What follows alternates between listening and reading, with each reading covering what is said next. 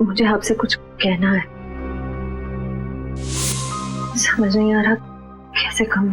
यार परेशान तो है वो, और परेशानी के पीछे वजह भी है। श्रेया ने जो फैसला लिया है उसके पीछे कोई तो वजह है, पर क्या वजह हो सकती है? तुम ये शादी किसी दबाव में तो नहीं कर रही हो ना? ये सब तुम सुनोगी तो तुम भी चौंक जाओगी। बताइए ना, क्या बात है? बेटा, हमने तुम्हारी और सिद्धार्थ की सगाई का दिन तय कर दिया है। कर दिया? एकाधिपत्य योग है बेटा, बहुत ही सुंदर योग है। पंडित जी, कौन सी डेट निकली है? 28 सितंबर। इतनी जल्दी? पापा, बहुत कम दिन बचे हैं। सबसे शुभ दिन यही है बेटा,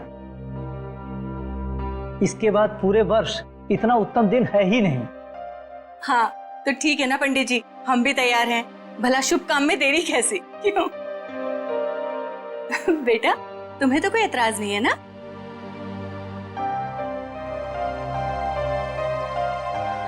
एक्सक्यूज मी। देखा, शर्मा गई। हाँ तो हम तारीख पक्की समझे ना? हाँ हाँ। अल्पा, अरे मुंह क्या देख रही है? मुंह मीठा कराओ समझन जी। हाँ हाँ, क्यों नहीं, अभी लाई।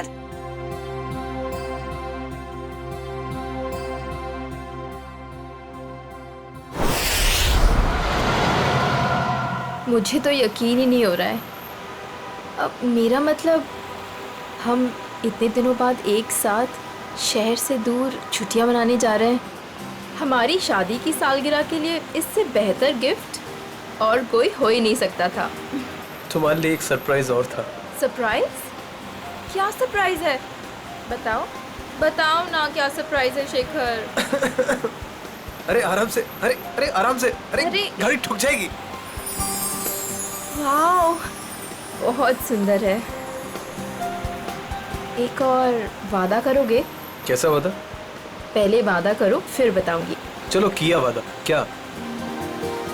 कि तुम मुझे अकेला छोड़ के इतने दिनों तक घर से दूर नहीं जाओगे। तुमसे दूर रह के मैंने जितना कुछ पाया उससे कहीं ज्यादा मैंने खोया है। तुम्हें यकीन दिलाता हूँ, अब आगे से कभी भी तुम्हें अकेला नहीं छोड़ूंगा। शेखर!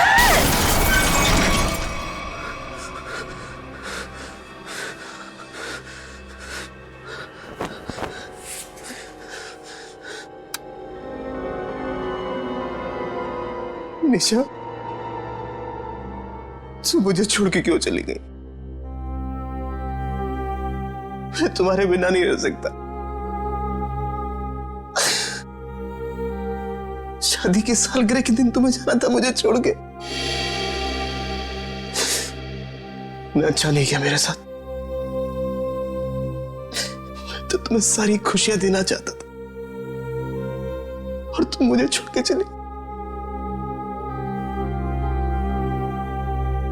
शेखर,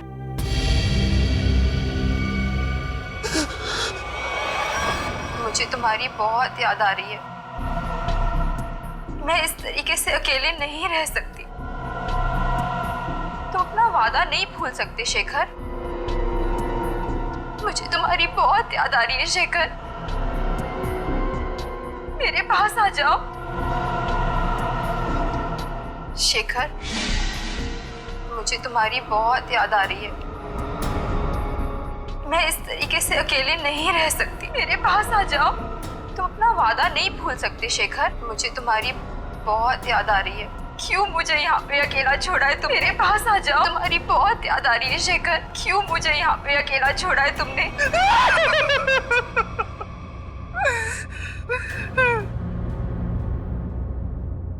मेरे पास आओ शेखर। मेरे पास आओ शेखर। शेखर, मेरे पास आओ शेखर।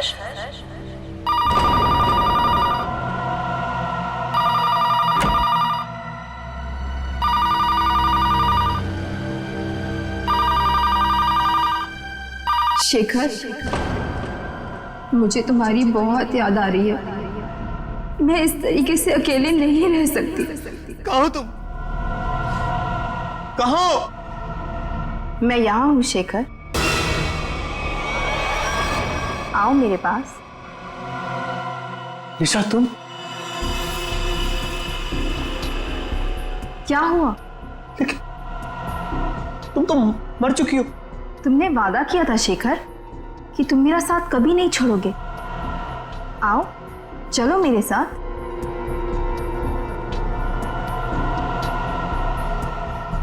आओ शेखर चलो। रुको निशा, चलो शेखर आओ। रुको निशा, रुको रुको निशा, रुको निशा, निशा।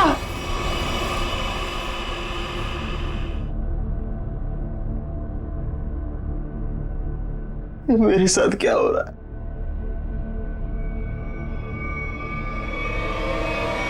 निशा!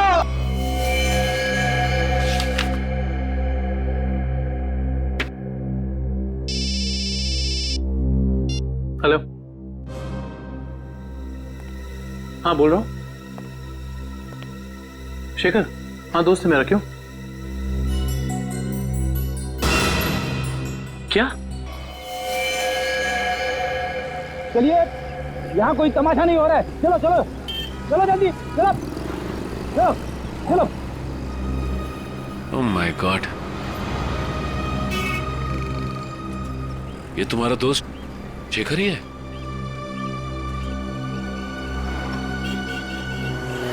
ले जाओ इन्हें। मुझे ये बताइए कि एक्सीडेंट होते हुए आप में से किसने देखा? हाँ? जी साहब, मैंने देखा। क्या हुआ था यहाँ पर? देखिए साहब, टेम्पो वाले की कोई गलती नहीं है। टेम्पो वाले की बड़ी तरफदारी कर रहे हो तुम? क्या नाम है तुम्हारा? जी मेरा नाम अविनाश है और जो सच है वही बता रहा हूँ साहब। मतलब ये एक एक्सीडेंट था? सर ऐसा भी नहीं है। तो फिर? सर वो चलते चलते किसी के साथ अजीबोगरीब बात कर रहा था। हाँ, मैं तुम्हें अकेला नहीं छोड़ सकता। मैं अरे मैं सच कह रहा हूँ कसम से। तुम बिल्कुल परेशान मत, बिल्कुल नहीं। मेरी बात सुनो, तुम बिल्कुल परेशान मत हो। हाँ क्या प्रॉब्लम है? मैं तैयार हूँ। तुम बिल्कुल घबराओ, मैं आ रहा हूँ भाई साहब, मैं आ रहा हूँ। तुम बिल्कुल घबराओ मत भाई साहब। आपकी तबीयत ठीक नहीं है क्या? पहुँचने वाला हूँ। हाँ अगर सुनिए ना, अगर आप चाहे तो मैं आपके घर वालों को बुला सकता हूँ। मैं आ रहा हूँ। तुम भाई साहब सुनिए, तुम छोड़ना यार, लगता है कोई पागल है।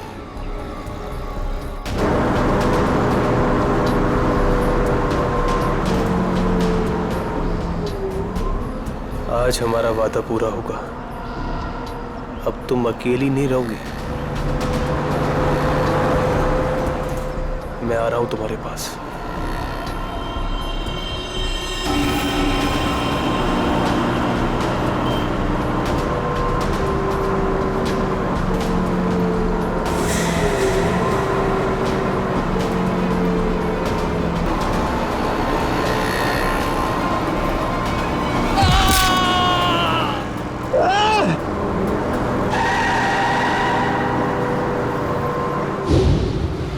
मतलब शेखर ने आत्महत्या की है? ऐसा नहीं हो सकता सचिन। अभी कुछ दिन पहले ही शेखर की पत्नी की मौत हुई है कार एक्सीडेंट में। कार एक्सीडेंट में? शायद अपनी वाइफ की मौत की वजह से शेखर बड़ा डिप्रेस हो गया होगा और इसीलिए उसने अपनी जान दे दी होगी। नहीं, वो इतना कमजोर नहीं था कि। शायद मैं समझ सकता हूँ तुम्हारी फीलिंग्स। वो तुम्हारा दोस्त था, लेकिन इन लोगों ने उसे मोबाइल पे बात करते हुए देखा, गाड़ी के सामने कूदते हुए देखा। हाँ, फोन पर तो बात कर रहा था, अजीब अजीब तरीके से। मैं आ रहा हूं, मैं तुम्हें बचा लूंगा, मैं तुम्हारे साथ रहूंगा, मगर किससे? किसी से नहीं सर। आज सुबह से शेखर ने ना ही किसी से बात की है और ना ही उसे किसी का फोन आया था।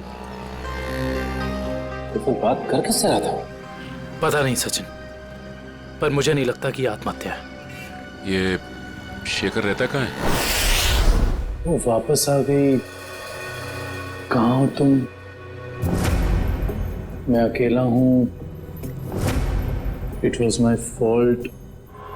She's back. She's in danger. मैं तुम्हें अकेला छोड़ के नहीं जा सकता। I'm alone without you. हम जल्दी मिलेंगे। क्या है ये सब? तो लगता है शेखर की दिमागी हालत पूरी तरह से बिगड़ चुकी थी। क्या मतलब हो सकता है ये सब लिखने का? तुम वापस आ गई, मैंने तुम्हें ढूंढ लिया है। He is back. तो जिन लोगों ने शेखर का एक्सीडेंट होते हुए देखा था, उनका कहना है कि गाड़ी के आगे कूदने से पहले शेखर फोन पर ऐसी बातें कर रहा था जैसे यहाँ पर लिखा। निशा की मौत के बाद शेखर परेशान तो जरूर था, लेकिन इस तरह की हरकतें करने लगा था इसका मुझे अंदाजा नहीं था। सर, ये मोहन है शेखर जी के पड़ोसी। तो मोहन, ये बताओ कि क्या तुम्हें कभी महसूस हुआ कि निशा की मौत के बाद शेखर के बर्ताव में कुछ बदलाव आ गया? निशा भाभी के जाने के बाद शेखर भाई साहब बहुत गुमसुम हो गए, यहाँ तक कि उन्होंने घर से बाहर निकलना भी छोड़ दिया था, हमसे बात भी नहीं करते थे। हाँ सर, कभी कभी रात में जोर जोर से निशा निशा कहकर चीखते थे और बहुत तेज आवाज में वीडियो देखते थे। ठीक है, थैंक यू मोहन, आप जा सकते हैं, लेकिन अगर दोबारा जरूरत पड़ेगी तो हम आपको कांटेक्ट करेंगे।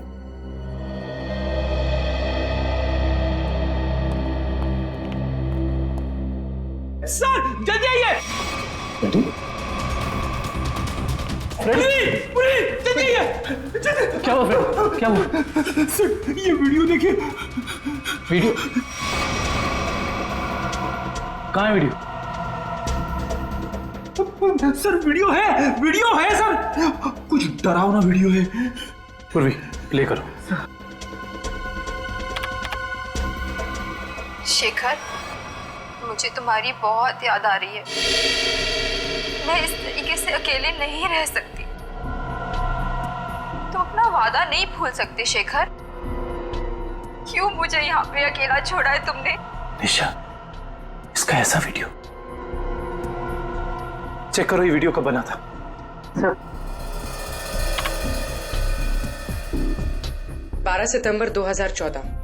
लेकिन ऐसा कैसे हो सकता है, क्योंकि निशा की मौत तो जुलाई के दूसरे हफ्ते में हुई थी। सर, हो सकता है निशा का एक्सीडेंट हुआ हो पर वो मरी ना, और इसमें उसकी कोई चाल हो। नहीं पूर्वी, ऐसा हो ही नहीं सकता, क्योंकि निशा का अंतिम संस्कार मेरी आंखों के सामने हुआ है। फिर ये वीडियो कैसे सर? इस बात का पता लगाने के लिए हमें निशा के कार एक्सीडेंट की गहराई तक जाना होगा।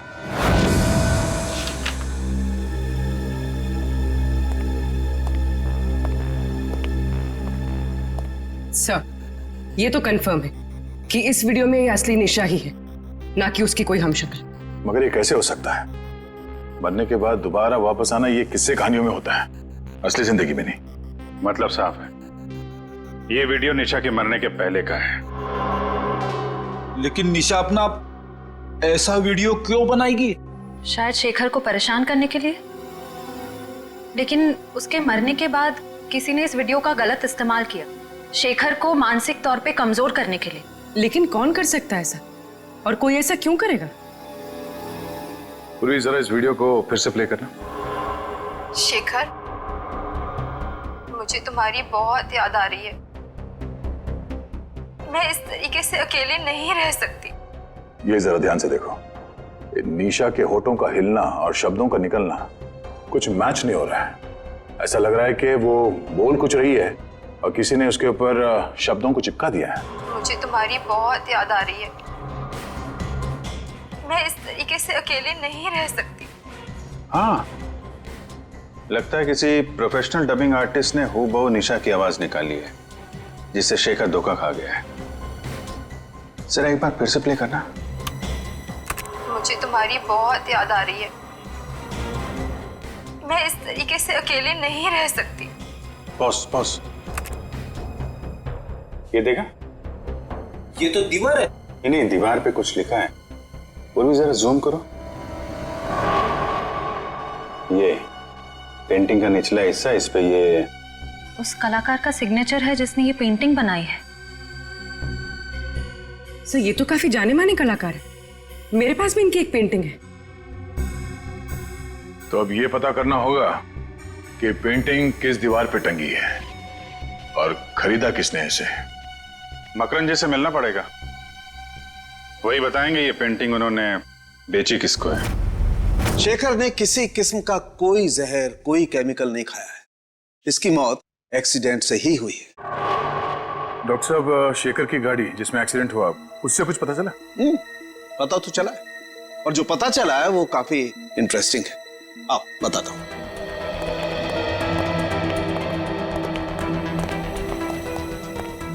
ये देखो, ये शेखर की गाड़ी का पैसेंजर साइड का दरवाजा है। इस दरवाजे पर टक्कर मारी गई। जैसा कि हम जानते हैं, जब दो गाड़ियां एक दूसरे को टक्कर मारती हैं तो अपना निशान जरूर छोड़ जाती हैं। यहां पर भी वो निशान छोड़ा गया है। ये देखो, यहां पर ये नीला रंग, मतलब किसी नीले रंग की गाड़ी ने टक्कर मारी है। बिल्कुल।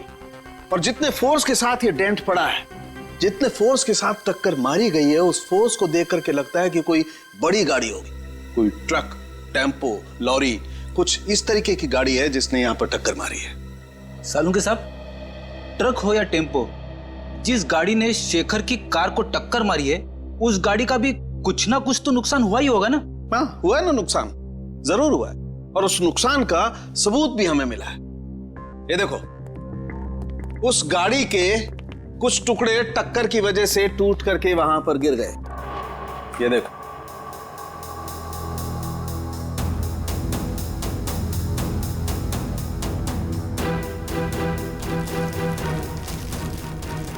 ये तो गाड़ी का लोगो लगता है।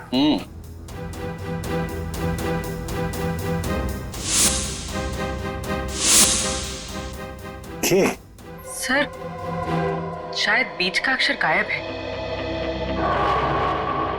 सर मैंने ये लोगो पहले कहीं देखा है।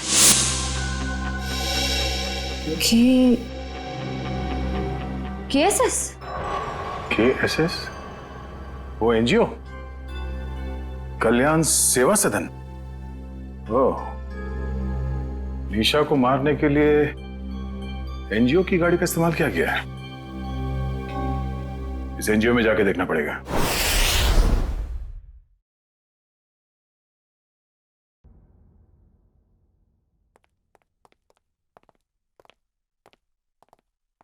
मिस्टर मकरन जी, कहिए।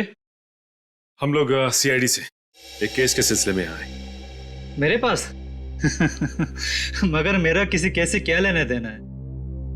फिर भी कहिए, मैं क्या मदद कर सकता हूं आप लोगों की? मकरन जी, हमें आपसे कुछ सवालों के जवाब जानना है। जरूर, खुशी होगी मुझे आप लोगों की मदद करके। पूछिए, क्या जानना चाहते हैं आप लोग? देखिए मकरन जी, हम एक ऐसे आदमी के बारे में जानना चाहते हैं जिसने आपसे पेंटिंग करी थी। वो पेंटिंग है आपके पास?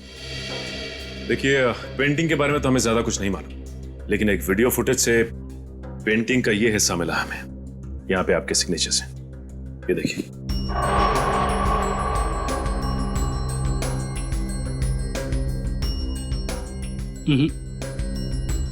बस इतने से ये बता पाना मुश्किल है कि पेंटिंग कौन सी है। और जाहिर सी बात है कि जब पेंटिंग के बारे में पता नहीं है तो खरीदार के बारे में मैं कैसे बता सकता हूँ? मकरन जी, ध्यान से देखिए, शायद कुछ याद आ जाए आपको।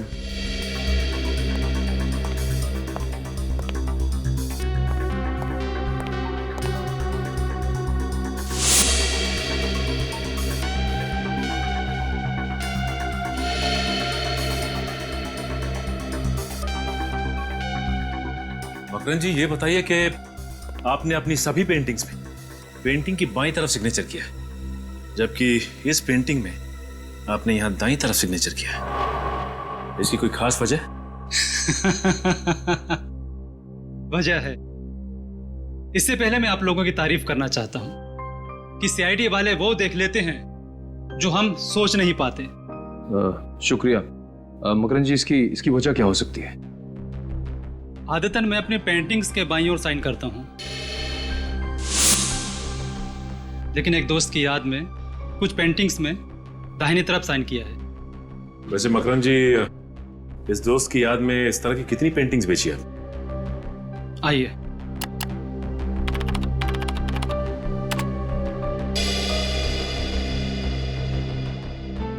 तीस पेंटिंग्स बेची है, लेकिन आपकी पेंटिंग किसने खरीदी ये बता पाना मुश्किल है। इन 30 लोगों की लिस्ट से ये पता चल जाएगा कि निशा के वीडियो फुटेज में जो पेंटिंग लटक रही थी वो खरीदी किसने थी।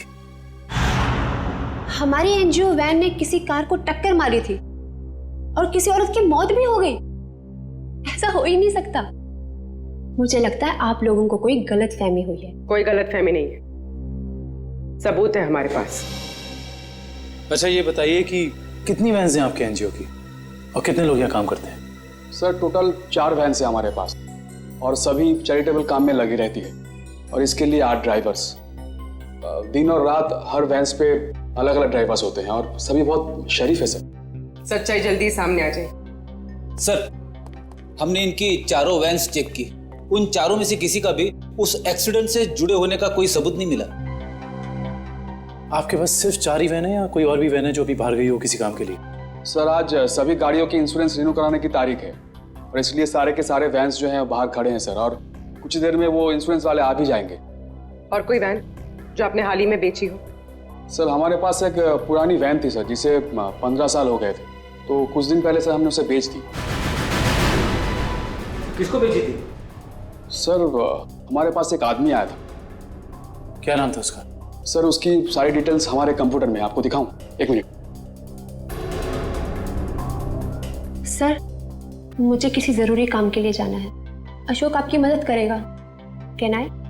श्योर। Thank you.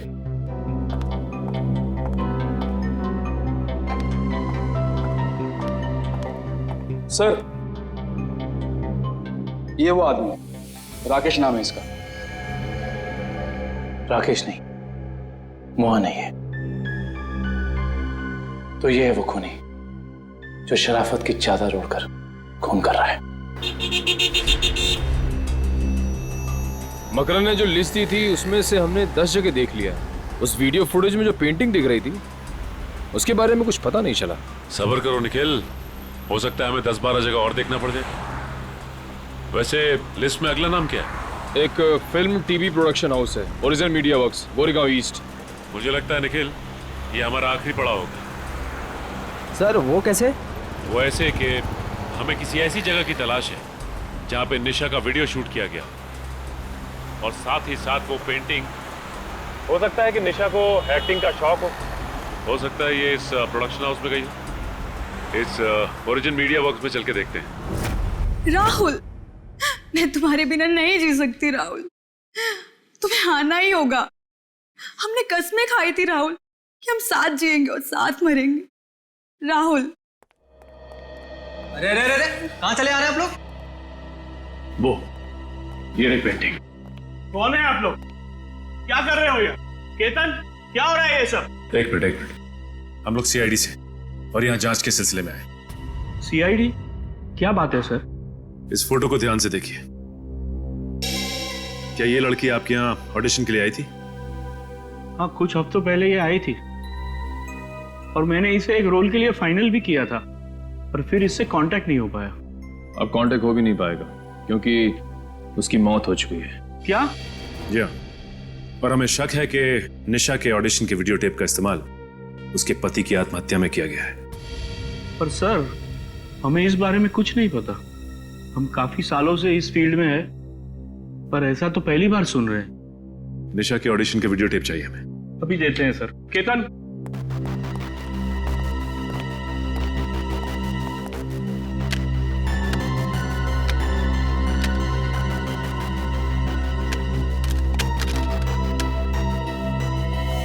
ये क्या हो गया? निशा की सीडी गायब है। गायब? सोनल की भी सीडी गायब है। ऐसा कैसे हो सकता है? इसका मतलब आप दोनों मिले हुए हैं इस गुनाह में। अरे नहीं सर ऐसा मत कहिए, हम तो कला के पुजारी है। एक्टिंग के लिए भटकते हुए लोगों को काम देकर उनका मनोबल बढ़ाते हैं। हम ऐसा नहीं कर सकते। ये जरूर किसी ने दोनों सीडी यहाँ से चुरा ली है। आप हमें सोनल का एड्रेस दीजिए, हम खुद पता कर लेंगे कि सोनल ने क्या रोल निभाया इस गुनाह में।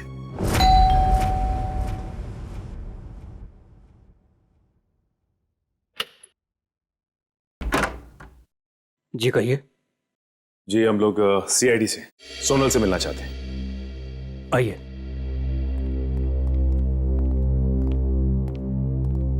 ये है सोनल।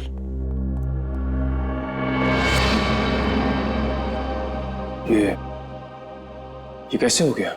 क्या बताऊं सर, उसकी कार का एक्सीडेंट हो गया था कुछ हफ्ते पहले। और ये सोनल के पति हैं क्या? जी हाँ विनय, सोनल की मौत के बाद उनकी दिमागी हालत ठीक नहीं रही है। और अक्सर फोन करके कहा करता था कि सोनल आ रही है, सोनल बात करना चाहती है, पता नहीं और क्या क्या। और कुछ दिन पहले उसने आत्महत्या कर ली। जी नहीं, उन्होंने आत्महत्या नहीं की, बल्कि उनका खून हुआ है। ये खूनी बहुत ही शातिर है, उसने खून को आत्महत्या बनाने की कोशिश की है। अच्छा ये बताइए कि विनय ने कभी आपसे कहा था कि सोनल उसे टीवी या फिर कंप्यूटर में दिखाई देती? हाँ, उसकी मौत के 2 दिन पहले। और ये विनय काम क्या करते थे? जी वो डॉक्टर थे। डॉक्टर? विनय एक डॉक्टर था और ये शेखर एक रिसर्च केमिस्ट? सर दोनों के दोनों मेडिकल फील्ड में थे। वैसे आप कौन? मैं सोनल का चाचा। क्या आप बता सकते हैं कि विनय किसी शेखर नाम के आदमी को जानते थे क्या? पता नहीं सर, वैसे भी विनय अपनी निजी जिंदगी के बारे में कम ही बात करता था। दोनों एक दूसरे को तो जरूर जानते होंगे, वरना दोनों की मौत बिल्कुल एक ही जैसे कैसे हो सकती है? एक काम करते हैं, घर की तलाशी अच्छी तरह से लेते हैं, देखते हैं क्या मिलता है।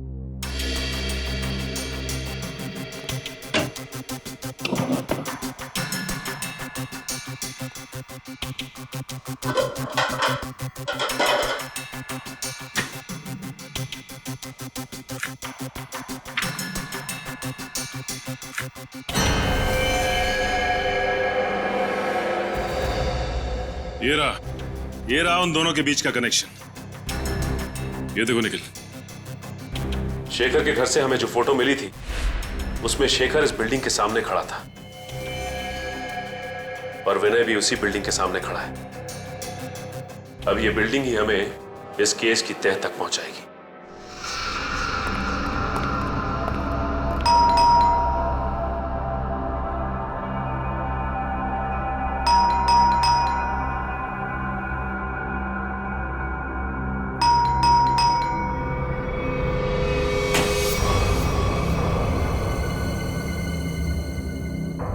मोहन, मोहन, मोहन, मोहन। ऐसा लगता है घर पे कोई नहीं है। चलो, अंदर कोई है?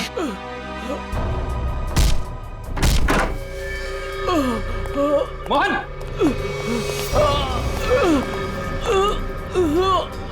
लाइट चेक करो, घर में फर्स्ट एड बॉक्स है, एम्बुलेंस को फोन करो। घबराइए मत, कुछ नहीं होगा। किसने किया ऐसा? पता नहीं। हाँ बोलो।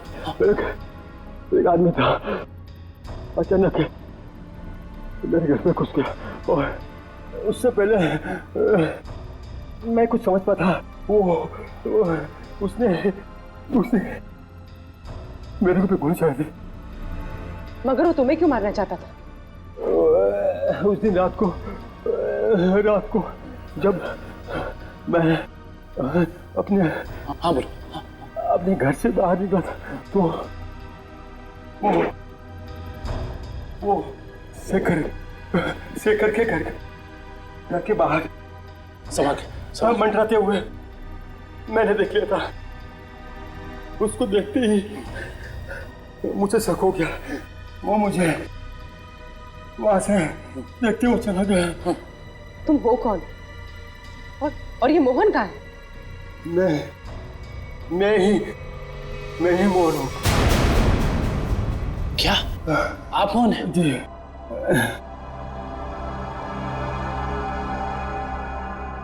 अगर ये मोहन है तो फिर वो कौन था जो शेखर के घर में हमसे मिला था?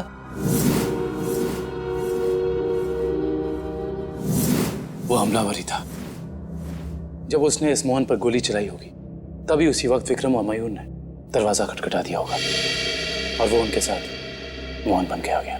तो मतलब सबूत मिटाने के लिए उसने इस मोहन पर गोली चलाई थी। मुजरिम हमारे सामने था मगर हम उसे पकड़ नहीं पाए। सर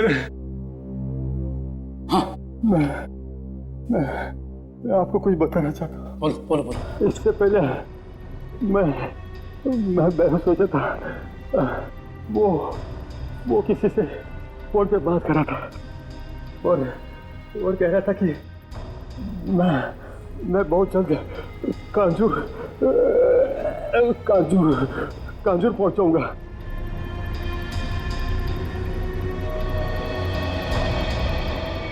कांजूर?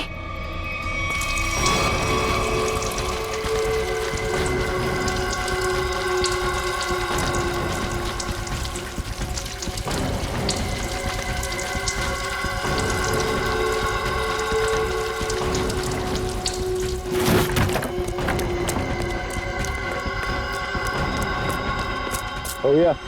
Yes boss. मैं पेट्रोल ठीक से डाला कि नहीं? Yes boss. जाओ गाड़ी में बैठो।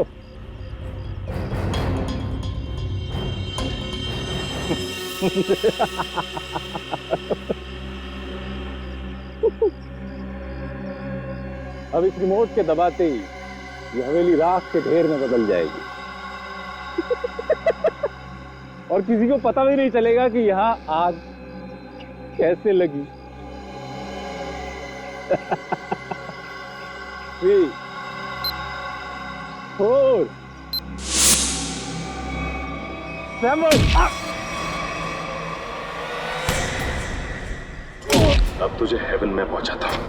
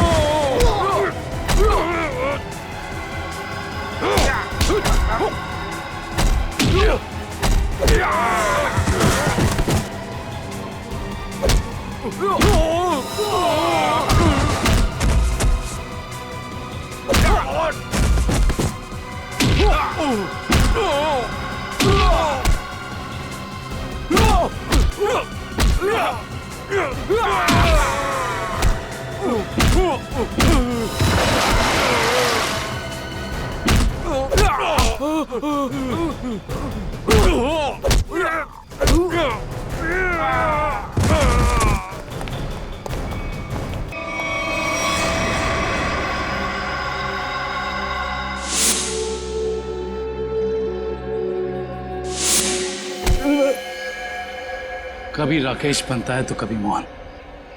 आज बता ही दे कि तेरे घर वालों ने तेरा क्या नाम रखा था। जी राका। बता, विनय और शेखर को क्यों मारा तुमने? है? पैसे मिले थे मुझे। पैसे के लिए खून करता है? किसने दिए थे पैसे? मैं नहीं जानता उसे। वो मुझे एक बार मिला था लेकिन उसने अपना मुंह ढक के रखा हुआ था। देख, तो अब किसी काम का नहीं रहा और अगर अपनी जबान नहीं खोलेगा तो हमें भी तेरी कोई जरूरत नहीं है। मैं ऐसा नहीं कि मैं सच कह रहा हूँ। चल सुनिए, मैं एक लिस्ट है मेरे पास। एक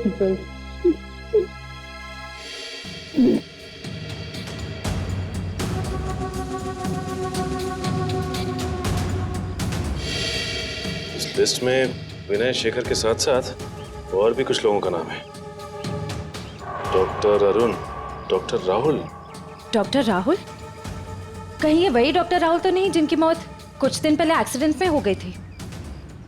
इसका मतलब एक ही तरह के पेशे वाले लोगों की मौत हो रही है एक्सीडेंट से। ये बता के ये लिस्ट तुझे किसने दी? उसने जिसने तुझे पैसे दिए? हाँ? जी देख, सीधी तरीके से उसके बारे में बता दे, वरना इन सारे खूनों का इल्जाम तेरे सर पे चढ़ेगा और वो वहां आजाद घूमता रहेगा। सर मैं सच कह रहा हूँ सर, मैं उसे जानता नहीं, उसका नाम भी नहीं जानता। वो थोड़ा लंगड़ा के चलता था और हाँ सर, वो जब उसने मुझे पैसे दिए थे तो उसके दाहिने हाथ पे जलेवे का निशान था। देखिए साहब, टेम्पो वाले की कोई गलती नहीं है। तो फिर? सर वो चलते चलते किसी के साथ अजीबोगरीब बात कर रहा था। कहीं वो आदमी अविनाशी तो नहीं जो शेखर की एक्सीडेंट वाली जगह पे हमसे बातचीत करा? उसका हाथ भी जला हुआ और वो वहां शेखर की मौत का नजारा देखने के लिए खड़ा था। हाँ, और ये भी साबित करने की कोशिश कर रहा था कि मौत एक्सीडेंट नहीं बल्कि आत्महत्या है, जिससे शेखर की मौत पर कोई जांच ना हो। सर इसका मतलब उन डॉक्टर्स को मारने का कॉन्ट्रैक्ट अविनाश ने दिया था? देखते हैं ये अविनाश किस बिल में जाकर बैठा है। हाँ हाँ, जो भेजा मिल गया आपको? बताइए क्या लिखा है? ठीक है, हर check post, airport, bus stop, railway station, हर जगह सिक्योरिटी बढ़ा दो। वो शहर से बाहर नहीं निकलना चाहिए। ओके ठीक है। निखिल, अविनाश की फोटो सबको भेज दी है? हाँ सर, भेज दिया है। यहाँ तक कि उसकी फोटो सारे खबरियों तक पहुँच गई है। वो शहर छोड़ के भाग नहीं पाएगा। और उसकी कार का कुछ पता चला? नहीं सर, जब हमारी दूसरी टीम उसके घर गई थी तो घर खाली था, उसकी कार भी गायब थी। इसका मतलब अपनी कार से ही भागा है वो? क्या पता, अब तक वो शहर से बाहर ही ना निकल गया हो। Hello, okay, thank you. क्या हुआ श्रेया?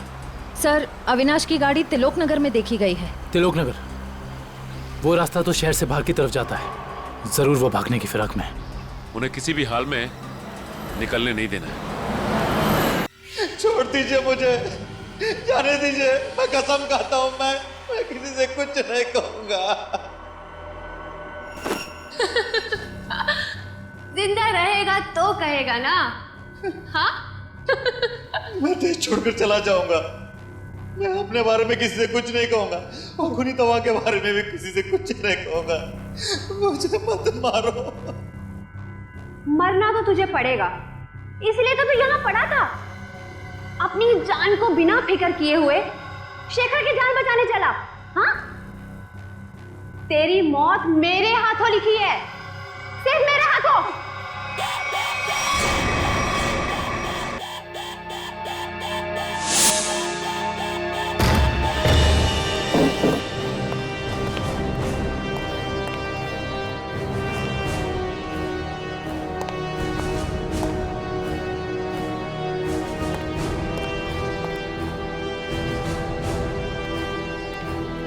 यहाँ तो कोई भी नहीं है।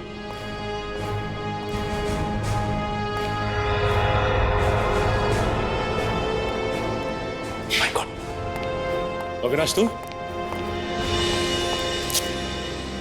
हम तो समझ रहे थे कि कहानी का विलन तू है, लेकिन विलन कोई और ही है। कौन है विलन? मैं। अदिति? नहीं नहीं नहीं नहीं, आगे पीछे नजर घुमा के देखो पहले।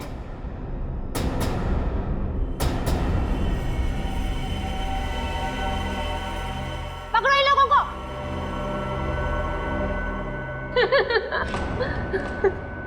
जल्दी पकड़ो, चलो। क्यों कर रही हो ये सारे खून तुम? हाँ? हमारी कंपनी की फर्मा ब्रांच ने एक दवा की खोज की थी और हमें शक था कि उसे इस्तेमाल करने के बाद लोगों में कहीं ना कहीं हाइपरटेंशन जैसी दूसरी बीमारी फैल सकती है। और हम लास्ट स्टेज पर थे और फिर हमने अपने ही फील्ड के लोगों से जांच के लिए उनसे कांटेक्ट किया। तो फिर उन सबका खून क्यों? उन्होंने रिपोर्ट दी कि इस दवा को इस्तेमाल करने के बाद लोग ठीक तो हो सकते हैं, लेकिन 5-10 साल के बाद उन्हें कैंसर जैसा रोग लग सकता है और मुझे किसी भी हालत में इस दवा को लॉन्च करना था, ये जानते हुए भी कि वो दवाई नहीं दीमक है। मेरे करोड़ों रुपए डूब चुके थे, अब मैं पीछे नहीं हट सकती थी। इसलिए दवा लॉन्च करने से पहले मुझे उन 10 लोगों को ठिकाने पर लगाना था। और इसीलिए तुमने अपना खूनी खेल शुरू कर दिया, और वो भी कुछ इस तरह से कि वो आत्महत्या लगे।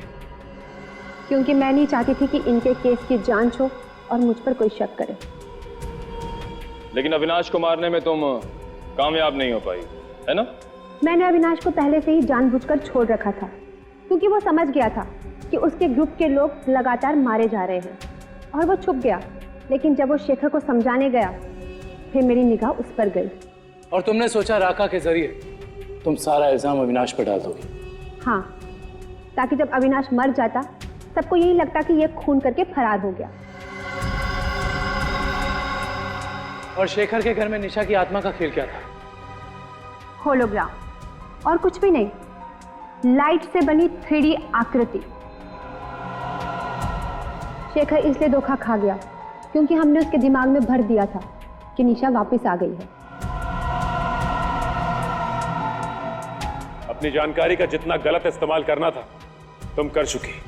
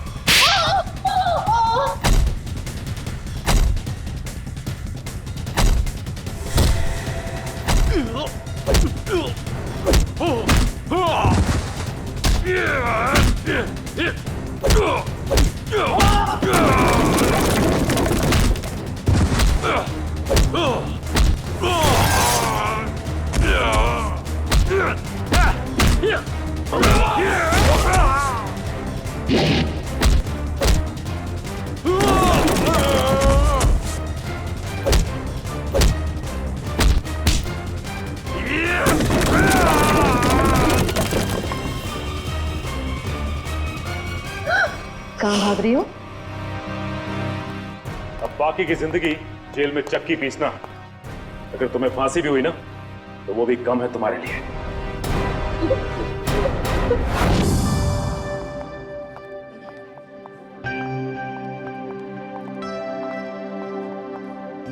श्रेया, आ गए तुम दोनों? हाय।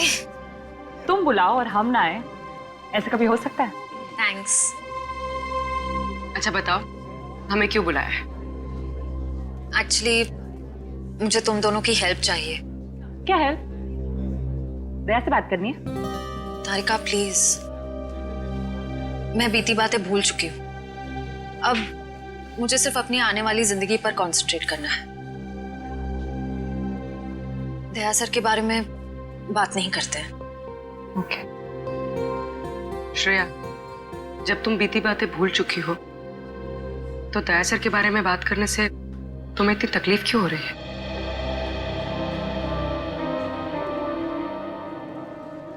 पूर्वी, मैंने तुम दोनों को ये बताने के लिए बुलाया है कि मेरे और सिद्धार्थ की सगाई की डेट फिक्स हो गई है।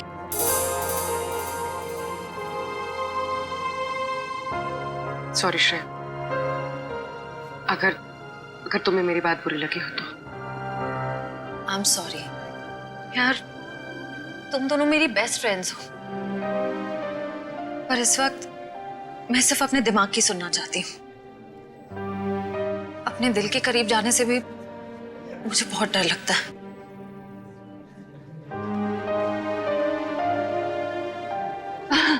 अच्छा, क्या डेट फिक्स हुई है एंगेजमेंट की? 28 सितंबर। 28 सितंबर? इतनी जल्दी? आई नो, टाइम बहुत कम है और बहुत सारी तैयारियां करनी है। मैं निकलती हूँ गाइस। डोंट वरी श्रेया, सब ठीक हो जाएगा। थैंक यू, बाद में बात करते हैं। Thanks for coming. बाय।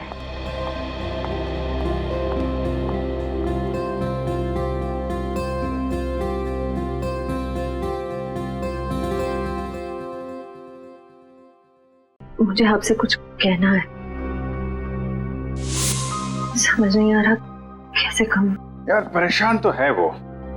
जब तुम बीती बातें भूल चुकी हो तो दया सर के बारे में बात करने से तुम्हें इतनी तकलीफ क्यों हो रही है? मैंने तुम दोनों को ये बताने के लिए बुलाया है कि मेरे और सिद्धार्थ की सगाई की डेट फिक्स हो गई है।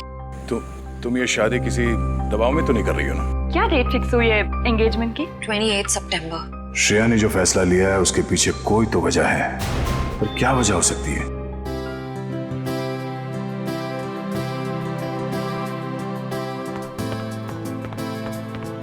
लीजिए पापा आपकी कॉफी। लाओ लाओ लाओ। बिल्कुल वैसी जैसे आपको पसंद है। गरम है आराम से।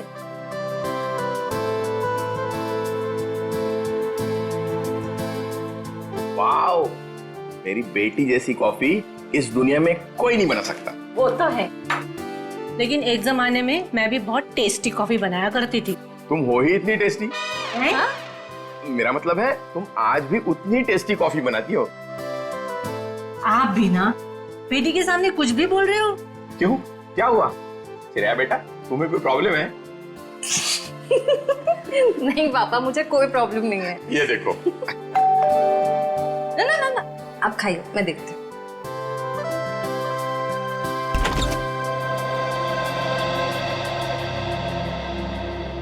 सिद्धार्थ, क्या हुआ, चौक गई मुझे देखकर? सिद्धार्थ बेटा, आओ अंदर आओ। बैठो, मैं तुम्हारे लिए अरे नहीं श्रेया, मैं थोड़ा जल्दी में हूँ। मैं ये एंगेजमेंट कार्ड दिखाने आया था।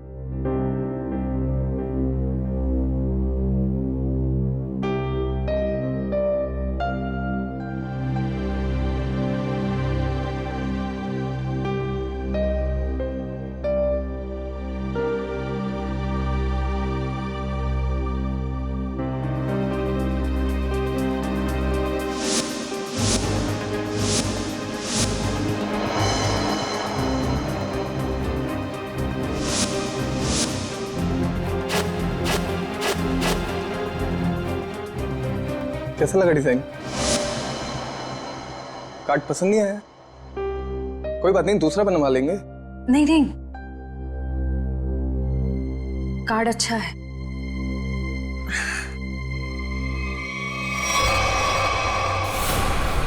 चल चल चल चल चल चल चल चल, हम लोग इस बंगले छुप जाते हैं। अरे जैसा भी नहीं यहाँ पर।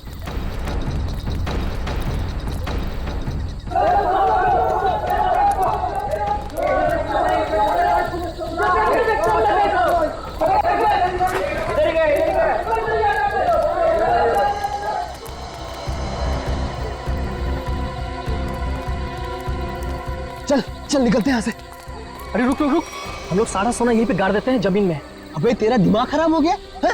मोहल्ले के लोगों ने हमारा चेहरा देख लिया है और अगर कल हम यहाँ दोबारा आए तो यहाँ पकड़े जाएंगे, खतरे में पड़ जाएंगे। हम लोग सोना लेकर बाहर नहीं जा सकते हैं, सारे लोग घूम रहे हैं। और तू खतरों से कब से डरने लगा? अरे खतरों से नहीं, तेरी बेवकूफियों से डर रहा हूँ। देखना एक दिन तेरी सारी बेवकूफियाँ हमें ले डूबेंगी, समझा? तू बेवकूफ किसे बोला?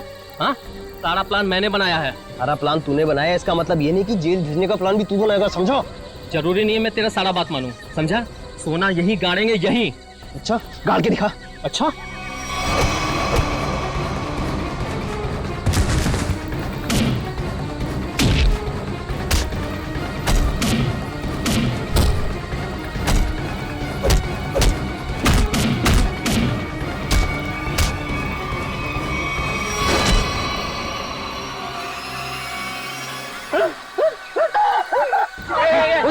उधर से आवाज आई। चल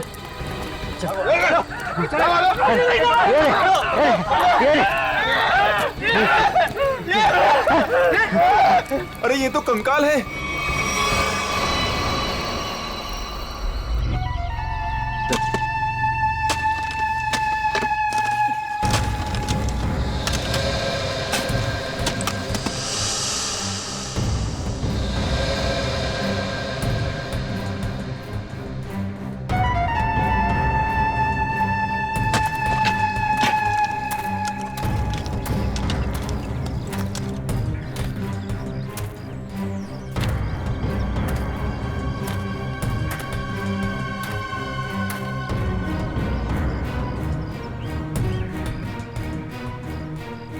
कैसा दिमाग होता है इन मुजरिमों का। खून करके मन नहीं भरा तो डिजाइन बना दी हड्डियों की। सचिन, तुम दोनों एक काम करो, घर के अंदर से अच्छी तरह से तलाशी ले लो, देखो कुछ ना कुछ मिलता है क्या। हा? बॉस ये देखो, उस सिर पे रहने ये डिजाइन हाथ और पैर की हड्डियों से बना है। ये देखो, ये पैर की हड्डी और ये हाथ की हड्डी। टांगों की हड्डियां अलग अलग लोगों की है? हाँ तारिका, अलग अलग इंसानों की है। बस मुझे लगता है कम से कम 2 लोगों का तो खून हुआ है यहाँ पर। सर। हाँ विक्रम। सर ये बाकी की हड्डियां मिल गई है, इन्हें यहाँ पे दफना के रखा गया था। एक एक हड्डी संभाल के उठाओ, हैं? एक एक हड्डी। ये देखो, जरा देखो, घर के अंदर कहीं खून के निशान मिलते हैं क्या?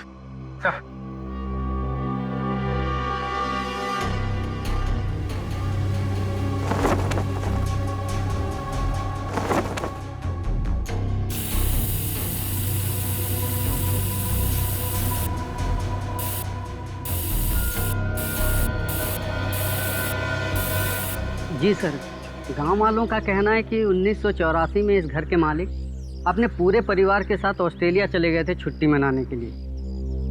कुछ दिनों बाद उनकी मौत की खबर आई वहां से। पूरी फैमिली समुंदर में डूब गई। अच्छा एक बात बताइए, ये इनकी मौत के बाद कोई घर का ख्याल व्याल रखने नहीं आया था? नहीं सर, दोस्तों और रिश्तेदारों को लगता था कि इस घर में कुछ आत्माएं। आत्मा? अच्छा, आप लोगों ने यहाँ पे आत्मा देखी है क्या? जी सर, कुछ परछाइयाँ दिखती रहती हैं अक्सर। हाँ, और कुछ ऐसी भयानक सी आवाजें भी आती है सर। हाँ? कैसी कैसी भयानक सी आवाजें? सर कभी किसी के चीखने की आवाज, कभी किसी के रोने की आवाज आती है।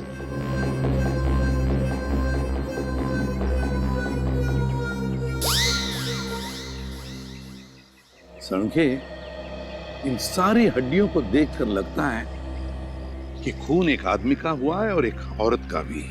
ये देखना, पेल्विक गर्ड, एक पेल्विक गर्डल किसी औरत की है। हाँ बस, लेकिन एक कमाल की बात है, क्या? इन सारी हड्डियों में किसी की भी खोपड़ी की हड्डी नहीं मिली। हो सकता है खोपड़ियां किसी और जगह पे छुपा कर रखी हो या फेंक दी हो सकता है ना। मयूर, विक्रम, काम करो, बंगले के आसपास का एरिया अच्छी तरह से छानो और ढूंढो, देखो, कुछ न कुछ तो जरूर मिलेगा। एक एक कोना भी मत छोड़ो। जाओ। Yes sir. ये बंगला बंद ही रहता है और आप लोग आसपास रहते हैं? जी सर। यही घर मिला था तुम लोगों को?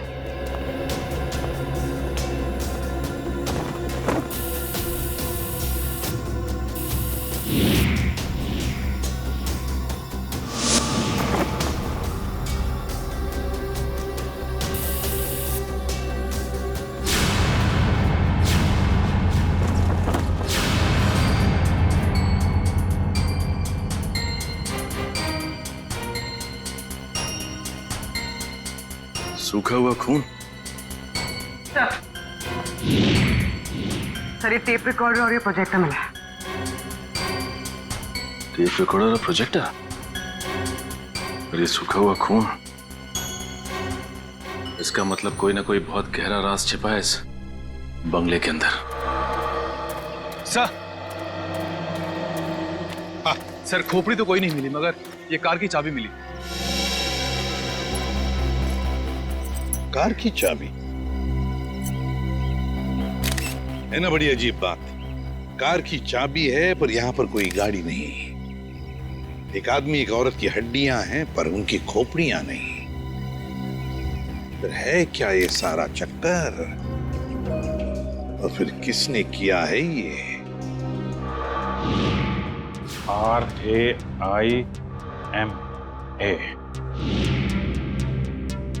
हड्डियों से रायमा लिखा है सर। रायमा लगता है किसी लड़की का नाम है ये। सर कहीं उसी लड़की का नाम तो नहीं जिसका हमें कंकाल मिला है? हो सकता है। तो अगर वो दो चोर लुटेरे वहां बंगले में छुपने के लिए नहीं जाते तो हमें कहीं पता ही नहीं चलता कि वहां दो मुर्दे गड़े हुए हैं। और ये भी पता नहीं चलता कि वहां पे एक आत्मा है। न जाने कितने साल पहले ये जुर्म हुआ है। और ताज्जुब की बात यह है सर कि खूनी ने लाशों को गाड़ा नहीं, बल्कि उनकी हड्डियों से ये डिजाइन बनाया। I mean, ये नाम लिखा रायमा। यहां पर से हमें कुछ चीजें भी मिली है ना, वो टेप रिकॉर्डर, प्रोजेक्टर और कपड़े। इन तीनों चीजों से हमें खूनी के बारे में बहुत कुछ पता चल सकता है। ज्यादा देर खुला नहीं घूमेगा ये खूनी। सर हमने उन सब चीजों को रिपेयर के लिए भेज दिया है। बहुत जल्द पता चल जाएगा कि हमारा शक सही था या गलत। और वो गाड़ी की चाबी जो हमें मिली थी, कीजो कार की चाबी। कीजो, अच्छा, तो फिर कीजो कार कंपनी से हमें पता चल सकता है। क्या आप हमें बता सकते हैं ये चाबी किस गाड़ी की है और ये गाड़ी आपसे खरीदी किसने? बिल्कुल बता सकते हैं। सबके इग्निशन पॉइंट में डालकर देखेंगे, फौरन पता चल जाएगा। आइए सर।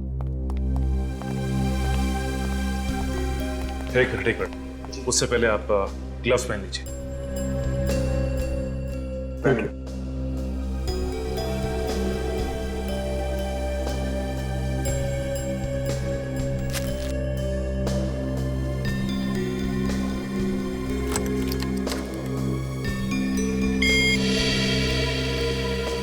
नहीं सर।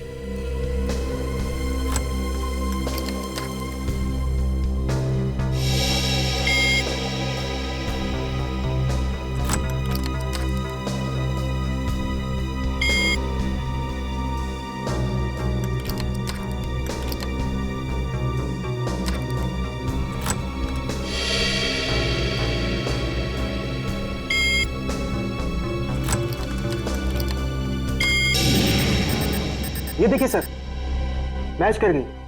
सर ये 2009 की कीजो FX मॉडल है और हमने इसे बनवाना बंद कर दिया है। कीजो FX 2009 मॉडल। आपके किसी कस्टमर ने कोई रिक्वेस्ट की थी ऐसी चाबी की डुप्लीकेट चाबी बनवाने की? ये पता करने में तो बहुत वक्त लग जाएगा। तो ठीक है, आप पता कीजिए। तब तक हम ये पता करते हैं कि 2009 के कीजो FX मॉडल की कितनी गाड़ियां चोरी हुई थी। मिलिंद जी। जी सर। कुछ हो रहा है कि नहीं? सर मैं कोशिश तो कर रहा हूँ सर।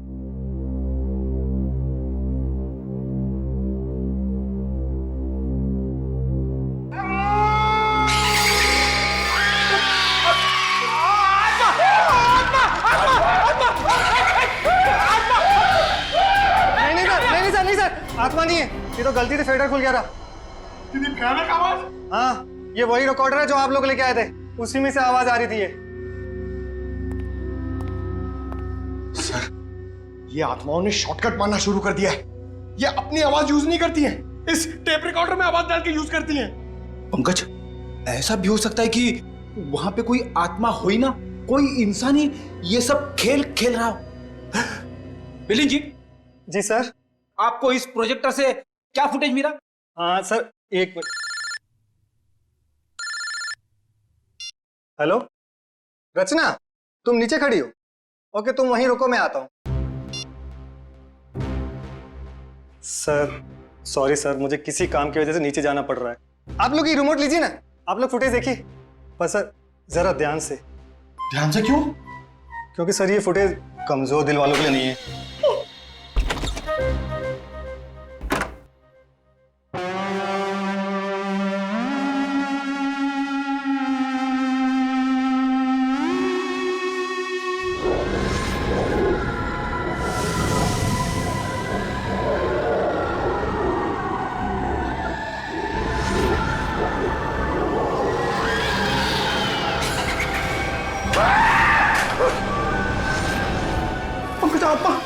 पंकज, बंगला नंबर 13 की आत्मा यहाँ आ गई।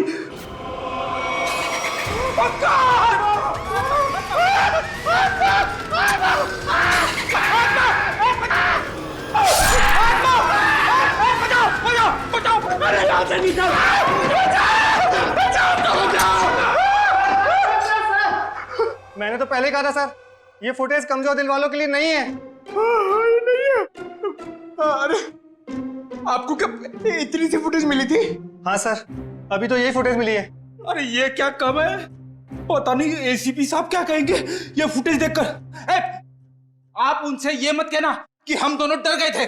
सर मैंने तो उनको फोन करके सब कुछ बता दिया। हमारा अंदाजा सही निकला।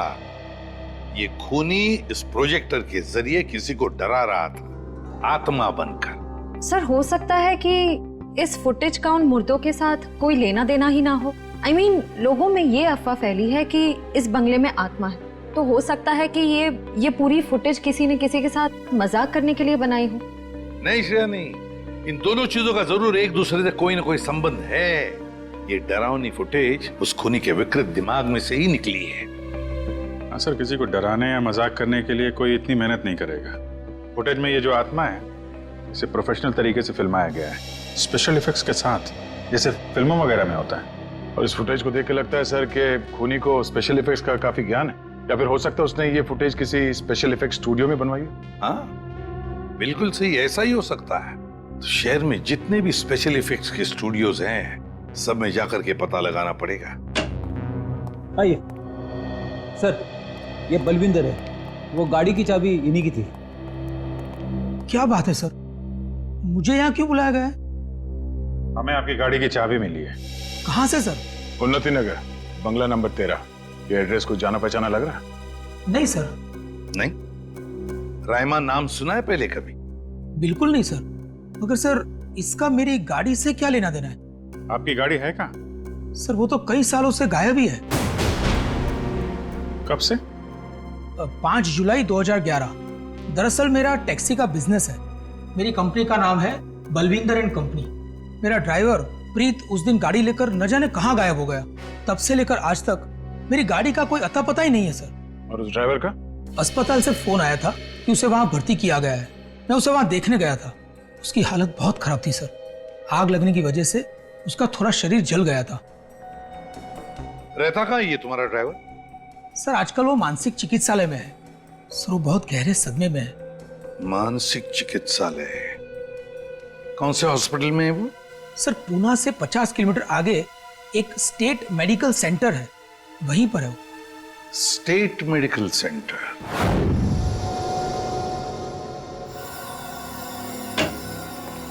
हाँ तारिका जी, कुछ बात बनी? सर चेक कर रहे हैं ना, कुछ ना कुछ तो पता चल ही जाएगा। भाई साहब, मैं दिखाई नहीं दिया आपको? दिखाई? अरे सर, आप तो सपने में भी दिखाई देते हैं। हाँ सर, आज सुबह ही सपना देख रहा था। जैसे ही मैं फॉरेंसिक लैब में आता हूँ, आप इस केस के बारे में कुछ ऐसी बातें बताते हैं कि शाम तक खून ही पकड़ा गया। विजीत, तुमने सपना देखा? जी सर। और सपने में मुझे देखा? जी सर। ना, तुमने सपने में तारिका जी को देखा होगा। जी सर। नहीं सॉरी सर, क्या क्या कह रहे हैं सर आप भी? तो बताइए डॉक्टर साहब, इन कंकालों ने अपनी आप बीती बताई? हाँ, थोड़ी बहुत बातें पता चली है भैया। सबसे खास बात ये कि ये कंकाल वक्त के साथ कंकाल नहीं बने। खूनी ने इन्हें मारने के बाद तुरंत इन्हें कंकालों में बदल दिया है। मतलब खूनी ने इनकी खाल को एसिड से जला दिया है। माय गॉड, इतनी बेरहमी से मौत हुई इनकी। और ये जो कंकाल है ना, ये कंकाल एक आदमी का है। इसकी उम्र 30 से 35 साल है और इसकी लंबाई लगभग 6 फीट के आसपास। और ये जो हाथ पे उंगलियों में आपने निशान लगा रखा है, ये क्या है? हाँ, दरअसल इसकी उंगलियों में, इसकी कलाई पे मुझे बहुत कुछ टूट फूट दिखाई दी। मतलब ये आदमी अपने हाथों का बहुत ज्यादा इस्तेमाल करता हो। शायद ये किसी ऐसे प्रोफेशन में होगा जहाँ हाथों का काफी इस्तेमाल होता है, या तो कोई मजदूर या फिर कोई आर्टिस्ट। और ये दूसरा कंकाल लड़की का, उसे क्या पता चला? दया, इस लड़की की उम्र लगभग 30 साल। इसकी लंबाई 5 फीट 4-5 इंच है, बस इससे ज्यादा कुछ पता नहीं चल पाया। और ये जो ड्रेस पे खून लगा है, इसका क्या? टेस्ट करने से पता चला कि ये खून नहीं है, लमाइन रेड नाम का केमिकल है ये, जिसका इस्तेमाल ज्यादातर फिल्म्स, टीवी सीरियल्स और नाटकों में किया जाता है नकली खून दिखाने के लिए। तो इसका मतलब किसी ने पूरी तैयारी कर रखी थी ये बंगला नंबर 13 में किसी को डराने की। पकड़ा जाएगा, वो खूनी भी और वो डराने वाला भी, अगर दोनों अलग अलग है तो। डॉक्टर साहब, कितना टाइम लगेगा ये पता करने के लिए कि कंकाल कितना पुराना है? थोड़ा वक्त लगेगा दया, तुम तो जानते हो कार्बन डेटिंग में थोड़ा वक्त लगता है।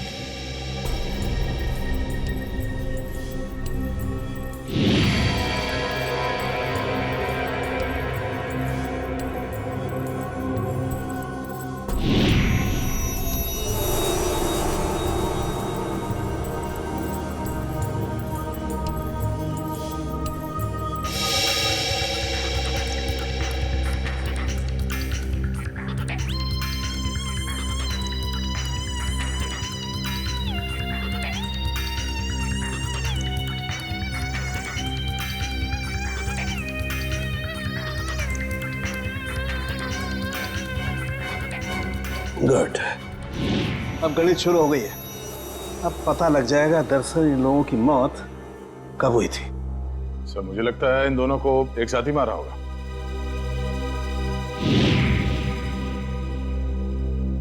छत्तीस से 38 महीने पहले। मतलब 3 साल पहले?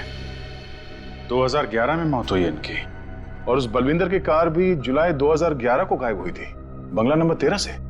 सर, अब तक तो खूनी शहर छोड़ के भागा होगा, उसे ढूंढेंगे कैसे? भागने दो, कहां तक भागेगा? सीआईडी से नहीं बच सकता। Excuse me. जी, सीआईडी से। हेलो सर, मैं आप ही लोगों का इंतजार कर रहा था। अच्छा, जो फुटेज हमने भेजी थी उसके बारे में कुछ पता चला? हाँ सर, उसको चेक किया मैंने, और उसके सारे स्पेशल इफेक्ट्स हमारे स्टूडियो में ही हुए थे, लगभग 3 साल पहले। गुड। उस फिल्म का नाम क्या था? सर, फिल्म का नाम था आत्मा की चीख। हाँ, और सर वो फिल्म पूरी नहीं हो पाई थी। अधूरी फिल्म की फुटेज। सर, वो फिल्म तो अधूरी थी ही, साथ में हमें हमारा पूरा पैसा भी नहीं मिला। कौन से बैनर की फिल्म थी ये? प्रोडक्शन हाउस का नाम क्या था? सर, वो नए लोग थे और उस प्रोडक्शन हाउस का नाम था, 1 मिनट, हाँ सर, उसका नाम था magic media works. Magic media works. अब तो यही लोग बताएंगे कि इस आत्मा की चीख को लोग सुन के नहीं पाए। ब्रीत की हालत में पिछले 3 सालों में बिल्कुल सुधार नहीं हुआ। उस वक्त भी किसी लड़की की आत्मा के बारे में बात करता था और आज भी करता है। सर, लड़की की आत्मा? अच्छा, पिछले 3 साल में जितने भी लोग प्रीत से मिलने आए थे उनकी लिस्ट चाहिए हमें। हाँ, हैरानी की बात यही है सर, पिछले 3 सालों में इससे कोई भी मिलने नहीं आया सिवाय मिस्टर बलविंदर के, जो इनके इलाज का खर्चा उठा रहे हैं। बलविंदर? जी सर। ओके।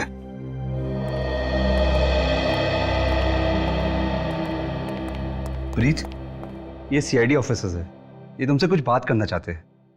सीआईडी? ये सीआईडी क्या होता है? सीआईडी का मतलब है दोस्त। और प्रीत, दोस्त किसे कहते हैं? जो अपना सुख दुख दूसरे दोस्त के साथ बांटता है ना? और हम सब तुम्हारे दोस्त हैं, तो अब तुम हमसे तुम्हारे सुख दुख बांटोगे ना? ठीक है दोस्त। देखो प्रीत, अब मैं तुमसे कुछ कहूंगा, कुछ पूछूंगा, इन सब चीजों का बड़े शांत दिमाग से मुझे जवाब देना। याद करो, जुलाई महीना 2011, तुम उस रात बंगला नंबर 13 में गए थे 2 लोगों को लेकर। हाँ, 2011, बंगला नंबर 13। बंगला नंबर 13, क्या हुआ था वहां पर? तुम लोग मेरे दोस्त नहीं हो, तुम लोग मेरे दोस्त नहीं हो। राइमा ने भेजा है ना तुम लोग को मुझे मारने के लिए? राइमा ने भेजा है ना? नहीं, राइमा ने नहीं भेजा है। हम लोग दोस्त हैं तुम्हारे। हाँ, पक्का?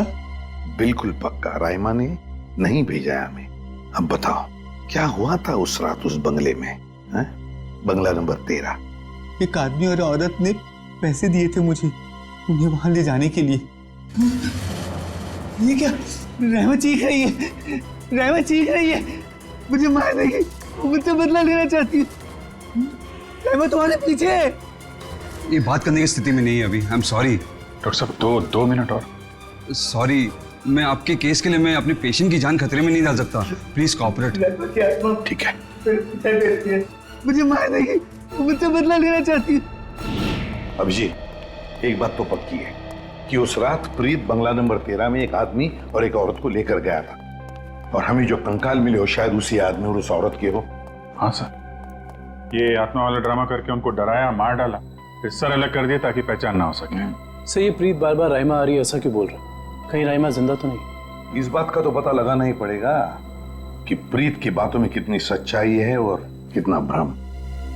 लेकिन एक बात तो पक्की है, इस राइमा का इस केस के साथ कोई ना कोई संबंध जरूर है। इस राइमा की कुंडली निकालो। राइमा,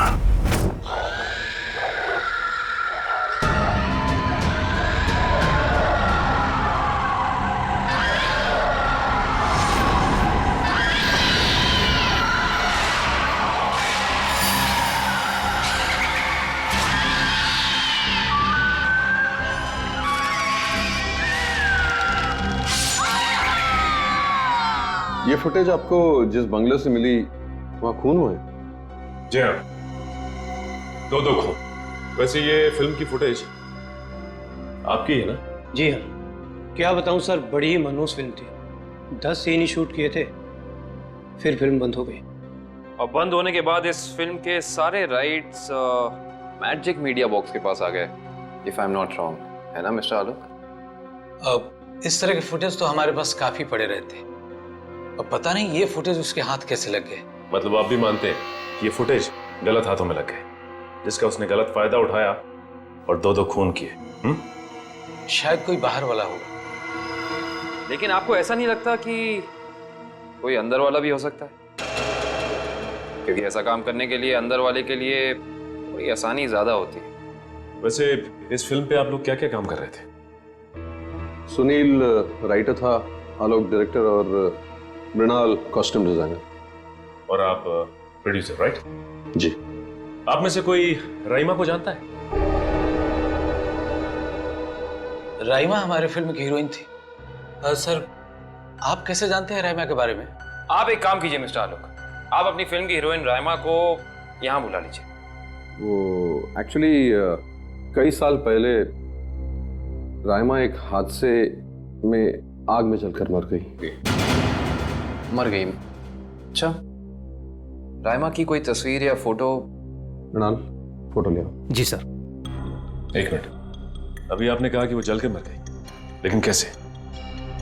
अब ज्यादा कुछ तो पता नहीं है, क्योंकि उसके और हमारे बीच तनाव हो गया था। और वो क्यों?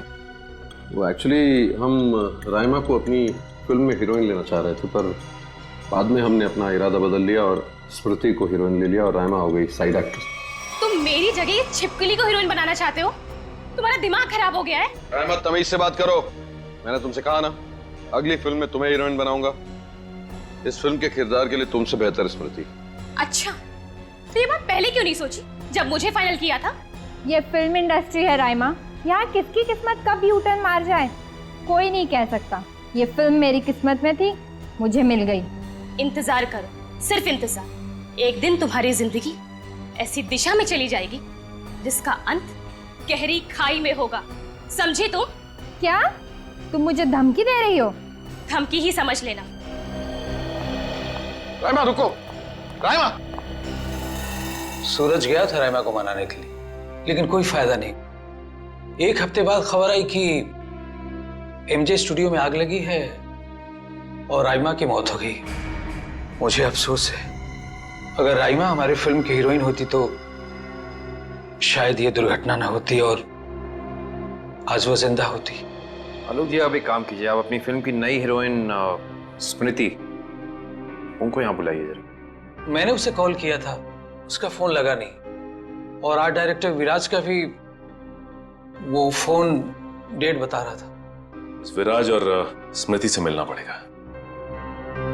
सर, ये रहे फोटो। ये है राइमा।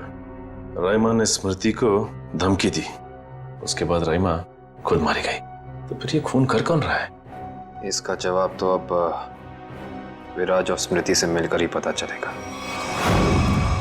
मैंने पता किया, ये विराज और स्मृति इस ब्लू रोज प्रोडक्शन हाउस में काम कर चुके हैं। गुड निखिल, इससे पूछते हैं। अरे सुनिए भाई साहब जी, ये विराज शंकर है, आर्ट डायरेक्टर है, काफी टीवी में और फिल्मों में सेट लगाए हैं इन्होंने। इन्हें पहचानते हैं आप? नहीं सर, मुझे नहीं मालूम। जी, आगे पूछते हैं। एक्सक्यूज मी, हम लोग सीआईडी से। जी, आप विराज शंकर को जानते हैं? विराज शंकर? हाँ सर, मैं जानता हूँ। वो बेचारे बहुत कर्जे में थे, पर फिर पता नहीं क्या हुआ उनका। उनका कोई एड्रेस, कोई पता? सर, इस बारे में कुछ ज्यादा तो पता नहीं है, लेकिन उनका ऑफिस कहीं अंधेरी में है। अच्छा, ये फोटो को ध्यान से देखिए। स्मृति ये फिल्मों में काम करती है, पहचानते हैं आप इन्हें? जी हाँ, इनकी बंद फिल्म के बाद इनको कोई प्रोड्यूसर फिर से रिलॉन्च करना चाहते थे, लेकिन सर ये पता नहीं क्यों बदकिस्मती से ये 2011 में अमेरिका चली गई और उसके बाद फिर लौट के आए हैं। ये स्मृति का कोई अता पता जहाँ हम उनसे मिल सकते हैं? हमें तो नहीं पता, पर उस एजेंसी पर उसका पुराना एड्रेस होगा जहाँ पर उन्होंने चमकार वॉशिंग पाउडर का विज्ञापन किया था। ठीक, थैंक यू। ज्यादा एजेंसी से स्मृति के घर का पता निकलवाते हैं।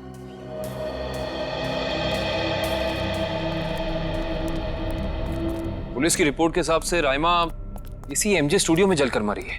पता नहीं काबिल, लेकिन ये बात इतनी सीधी है नहीं जितनी की लग रही है। जैसा कि फाइल में लिखा हुआ है कि स्टूडियो में आग लगी रात के 2 बजे। ये राइमा स्टूडियो में 2 बजे करने क्या आई होती, जबकि यहाँ शूटिंग भी नहीं चल रही थी। सही कह रहे हो सच, लेकिन एक बात है जो मेरे दिमाग से निकल नहीं रही है, वो ये कि यहाँ रात 2 बजे आग लगी तो सुबह 5 बजे तक किसी को पता क्यों नहीं चला? और रिपोर्ट के हिसाब से यहाँ आग 5 बजे लगी। जिन पुलिस वालों ने इस केस की तहकीकात की थी, उन्होंने जरूर कुछ गड़बड़ की है, तभी तो केस के 2 महीने के बाद उनका ट्रांसफर यानी कि तबादला हो गया था। हो सकता निखिल, लेकिन उससे ज्यादा अहम बात यह है कि रिपोर्ट के हिसाब से यहाँ राइमा की एक हड्डी तक नहीं मिली। मतलब आग इतनी भयंकर थी, लेकिन स्टूडियो को देख के ऐसा लगता नहीं है कि आग इतनी भयानक होगी कि चलने वाले का नामो निशान राख हो जाएगा। उससे भी अहम बात यह है कि ये स्टूडियो इस्तेमाल में नहीं था, यहाँ पे कोई शूटिंग नहीं चल रही थी, फिर राइमा यहाँ पे आई क्यों? इसका पता तो तभी चलेगा जब हम इस स्टूडियो को अच्छी तरह से छान मारेंगे। देखते हैं क्या मिलता है।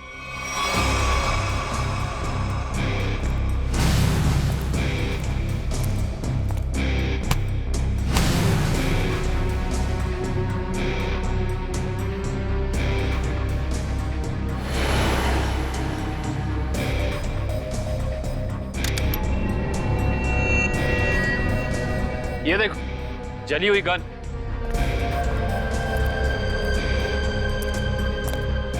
हाँ, ये तो पूरी पिघल चुकी है। पुलिस वालों ने लगता है अपना काम ठीक से किया नहीं, देखा नहीं इसे पहले। ये भी हो सकता है कि राइमा ये गन किसी को मारने के मकसद से लाई हो, या फिर हो सकता है कि कोई राइमा को मारने के लिए लाया हो। ये भी पॉसिबिलिटी है। जरूर कुछ है यहाँ, देखते हैं और क्या मिलता है।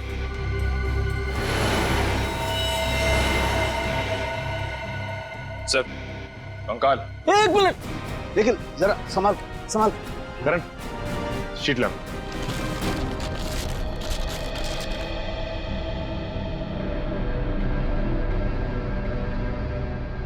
एक बार कंकाल, वो भी पूरी तरह से जला हुआ।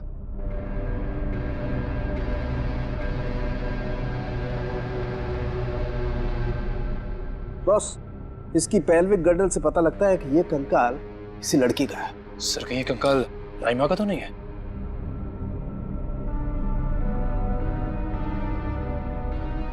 और इसकी लंबाई 5 फीट 6 इंच है। और राइमा की लंबाई 5 फुट 3 इंच। इससे साफ पता चलता है कि ये कंकाल राइमा का नहीं बल्कि किसी और का है। केस सुलझने की बजाय और उलझता चला जा रहा है। एक बात और, हम लोगों को यहाँ जली हुई गन जरूर मिली है, लेकिन इस लड़की की मौत गोली लगने की वजह से नहीं, इस लड़की की मौत जलने की वजह से ही हुई है। देखो, ढूंढो और कुछ मिलता है क्या।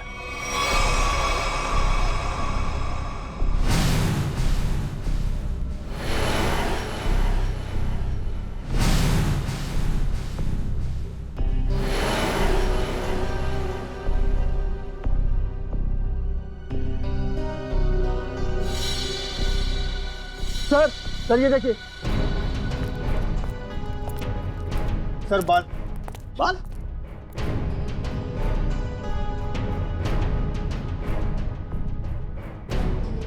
ओह सर, ये तो किसी लड़की का बाल लगता है।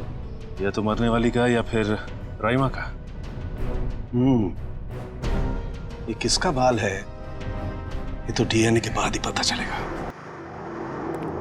सर ये अरुण है, विराज जी के वर्कशॉप के इंचार्ज। जी, आपको कुछ बनवाना था? जी हाँ, हथकड़ी बनवानी है। हथकड़ी? मैं कुछ समझा नहीं। हाँ, अपनी बनाई हुई हथकड़ी खुद अपने हाथों में पहनेंगे तो थोड़ा दुख कम होगा। अब समझ में आया, इतने सालों के बाद ख्याल आया आपको कर्ज के रुपयों का। कर्ज के रुपए? हाँ, इसीलिए तो आप उन्हें ढूंढ रहे हैं, क्योंकि वो लोगों से लिया हुआ कर्ज वापस नहीं कर पाए। नहीं मैडम, हमारा यहाँ आने का मकसद कुछ और है। विराज को बुलाई, कहाँ है वो? ये तो कोई भी नहीं जानता। कर्जदारों से परेशान होकर आज से 3 साल पहले जुलाई 2011 में न जाने कहाँ गायब हो गए। जुलाई 2011? सर 5 जुलाई 2011। सर मुझे लगता है कि इस विराज के भागने की वजह कर्जा नहीं कुछ और है, जिसका कुछ ना कुछ संबंध उन कंकालों के साथ जरूर है।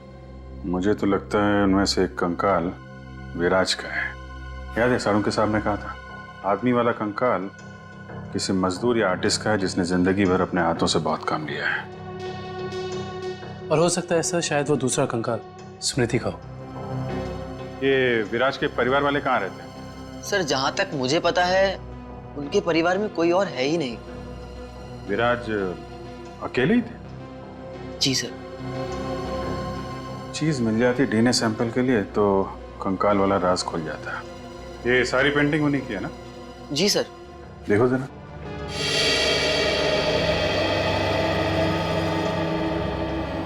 सर थंबप्रिंट, ये विराज का है? जी हाँ सर, और ये थंबप्रिंट ही नहीं, ये पूरी पेंटिंग सर ने अपनी उंगलियों से बनाई है। Finger painting? इतना तो काफी है डीएनए टेस्टिंग के लिए। आप लोग? हम लोग सीआईडी से। अच्छा अच्छा, आइए आइए, आप ही ने फोन किया था ना? जी हाँ। दरअसल बात यह है कि हम स्मृति के बारे में आपसे कुछ पूछताछ करना चाहते हैं।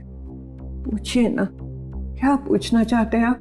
क्या आप बता सकती हैं कि स्मृति का आपके अलावा इस दुनिया में और कोई भी नहीं है? नहीं, उसके माँ बाप बचपन में ही गुजर गए। अब बची है तो ये बूढ़ी दादी, बहुत ही प्यार से पाला है मैंने उसे। ये स्मृति अचानक अपना फिल्मी करियर छोड़कर अमेरिका क्यों चली गई? वो कभी किसी को कुछ नहीं बताती थी, हमेशा अपना मन का करती थी। उस दिन भी उसके मैनेजर का फोन आया, कह रहा था कि मैडम किसी विज्ञापन की शूटिंग के लिए अमेरिका जा रही है। उसके मैनेजर से मैंने पूछा कि कब वापस आएगी वो, तो उसने कहा 3-4 दिनों में। लेकिन पूरे 3 साल हो गए, अब तक उसका कुछ पता नहीं, कुछ पता नहीं। कब की बात है ये, कुछ याद है आपको? कैसे भूल सकती हूँ 5 जुलाई 2011। सर वो कंकाल भी 3 साल पुराना है सर। कहीं वो सर कम से कम इतना तो पता कर दो मेरी बच्ची के साथ हुआ क्या। नहीं वो इस दुनिया में है भी या नहीं। जब तक इस राज का बोझ मेरे दिल पर रहेगा मैं इतना चैन से जी पाऊंगी न मर पाऊंगी। देखिए मैं आपसे वादा करता हूं कि सच क्या है इसका हम पता लगा लेंगे। प्लीज आप अपना ख्याल रखिए, ठीक है?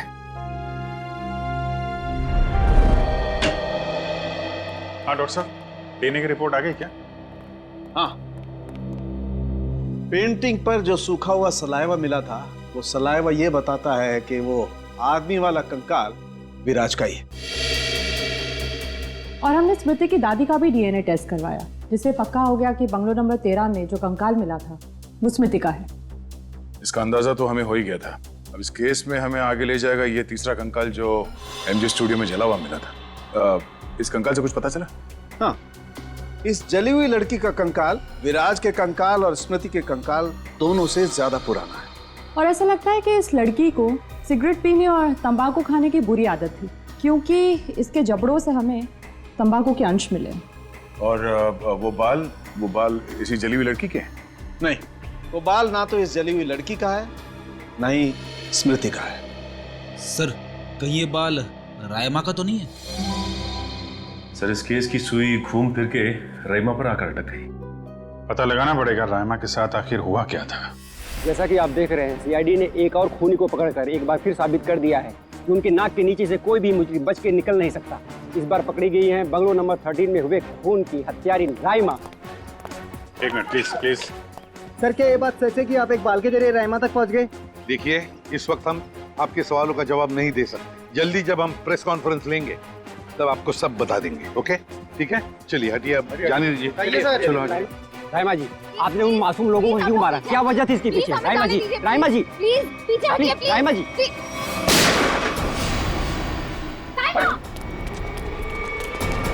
पकड़ो उसे। अब खूनी पकड़ेगा इसे।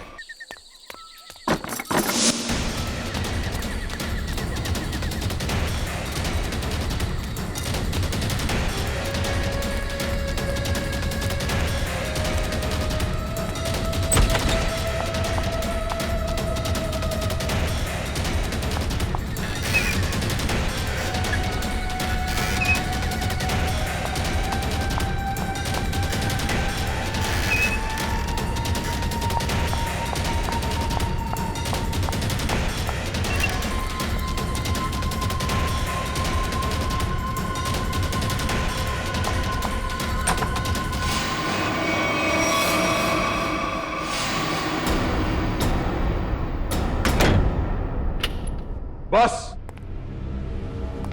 बहुत हो गया, अब कुछ नहीं हो सकता। बाहर आ जाओ।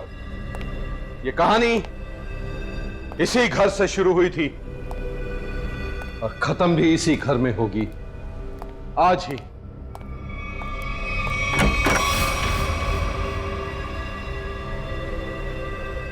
छुपने का कोई फायदा नहीं, बाहर आ जाओ। सुना तुमने?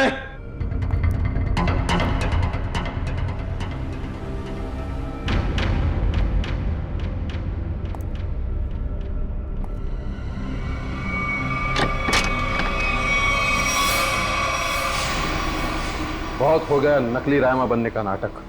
बरो, come on move.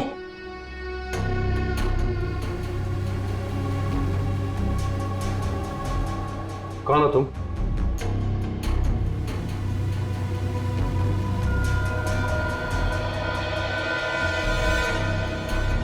CID officer पूर्वी। सीआईडी?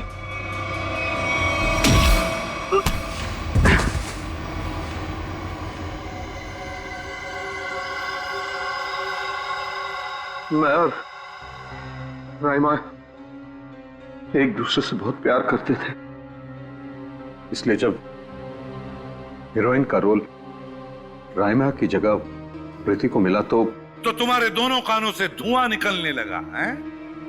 हाँ, हम स्मृति को सबक सिखाना चाहते थे, इसलिए हमने उसके अतीत के बारे में रिसर्च शुरू की। रायमा को पता चला कि एक्ट्रेस बनने से पहले स्मृति ड्रग्स के कारोबार से जुड़ी थी। इसलिए रायमा ने स्मृति को ब्लैकमेल करना शुरू कर दिया। क्यों? स्मृति को लगा कि उसका करियर खत्म होने वाला है, उसके रीलॉन्चिंग के सपने पर पानी फिर जाएगा, इसलिए उसने और उसके बॉयफ्रेंड विराज ने एक किलर को रायमा की सुपारी दी। यह तो अच्छा हुआ कि उस किलर की गोली से रायमा नहीं मरी, बल्कि वो अपराधी खुद उस आग में जलकर मर गई।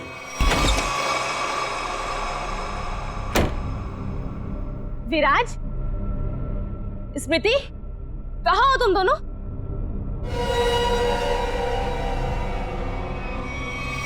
कौन हो तुम? जिया। जिया? कौन जिया? और ये दरवाजा क्यों बंद कर दिया? ताकि तुम्हें अकेले में तोहफा दे सकूं। हाँ? स्मृति और विराज को ब्लैकमेल करने का तोहफा। हाँ? और क्या कर रही हो तुम? सुना है आग से जलकर मरने में बहुत दर्द होता है। आग? छोड़ दो मुझे, प्लीज, गोली मत चलाना। मौत से बचकर कहाँ भाग रही हो? मौत से तो आज तक कोई नहीं बच पाया। छोड़ दो मुझे, प्लीज छोड़ दो मुझे, गोली मत चलाना, प्लीज छोड़ दो मुझे, छोड़ दो मुझे। कोई आखिरी ख्वाहिश?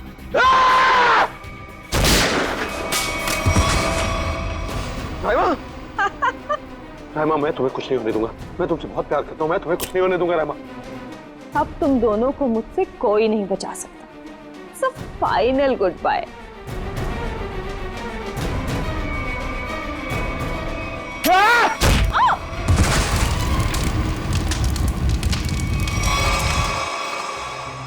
और रहीमा, उसका क्या हुआ?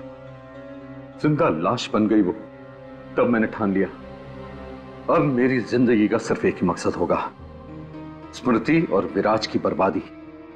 मैंने उन्हें यकीन दिला दिया कि रायमा जिंदा है, इसलिए वो लोग यहां आए, उस ड्राइवर को लेके जिसने एमजे स्टूडियो में आग लगाई थी।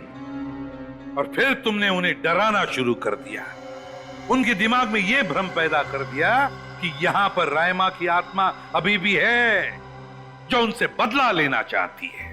हाँ, और फिर उन्हें मार डाला और उनका सिर काट के अपने साथ ले गए, ताकि अगर कभी उनकी लाश मिलती भी है तो उन्हें कोई पहचान ना सके। बेवकूफ हो तुम, बेवकूफ। अगर कानून की मदद लेते तो उन दोनों को वैसे ही सजा होती, मगर नहीं, तुमने कानून को अपने हाथों में लिया, उन दोनों को बेरहमी से मार डाला। और रायमा, उसका क्या? कभी सोचा तुमने? उस बेचारी की जिंदगी का फैसला तो अब कानून करेगा, लेकिन तुम्हारा फैसला तो हो ही गया, समझ लो। तुम्हें तो फांसी होगी, फांसी। Good morning. Hi. Good morning. अरे, ये क्या लेके आई हो? सर, ये आप सबके लिए मिठाई है और मेरी एंगेजमेंट के इनविटेशन कार्ड्स हैं।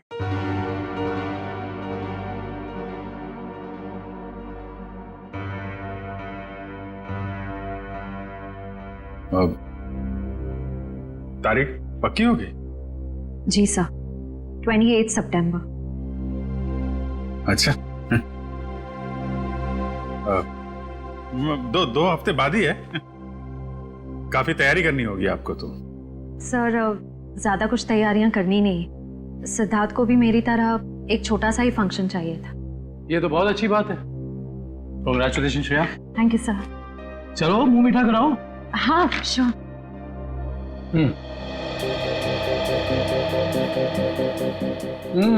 ये लड्डू तो बहुत अच्छे हैं। ओह सर, आप लोग भी लीजिए ना। हाँ, थैंक यू सर। लो फ्रेडी, मुंह मीठा करो। रहने तो मीठा खाने का मन नहीं है मेरा। अरे फ्रेडी, एक लड्डू से कुछ नहीं होगा, लो ना। Sir please. ये हुई ना बात पूर्वी। तुम ही लो श्रेया। नहीं सर थैंक यू, लेकिन आप सबको जरूर आना है। ये भी कोई पूछने की बात है श्रेया? हम सब जरूर आएंगे, है ना सर?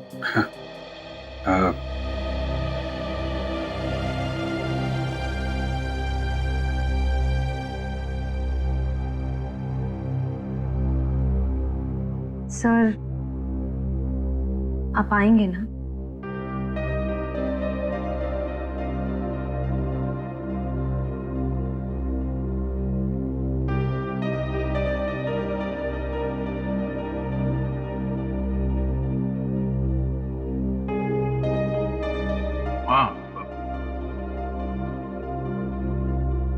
मैं जरूर आऊंगा।